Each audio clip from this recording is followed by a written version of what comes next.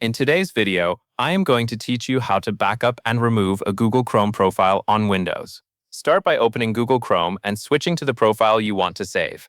You can confirm you are in the correct profile by checking the profile icon in the top right corner of the browser window. Once you are in the right profile, click that profile icon and select Turn on Sync. Chrome will then ask you to sign in with your Google account. After signing in, choose the option to sync everything. If the profile contains information you want to keep, this step is very important. Give Chrome a moment to finish syncing, so your data is stored properly in your account before you move on.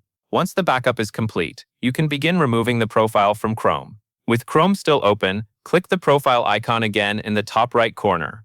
Under the section for Other Chrome Profiles, click the gear icon to open the profile management screen. Find the specific profile you want to delete. Make sure you choose the correct one, especially if you have more than one profile set up.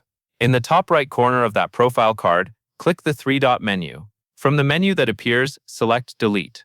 Chrome will ask you to confirm the deletion. Click Delete again to complete the process.